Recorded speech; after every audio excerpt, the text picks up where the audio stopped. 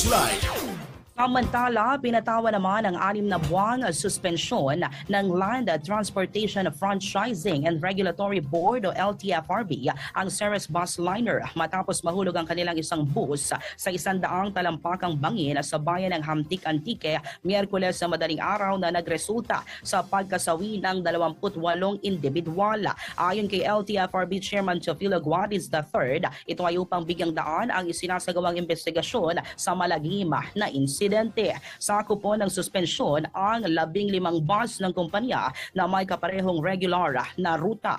Ayon kay Governor Rodora Cadiao, sakayang 4 na Kenyan national na maganap ang trahedya na nagresulta ng pagkasawi ng isang Kenyan national at isa ang kritikal.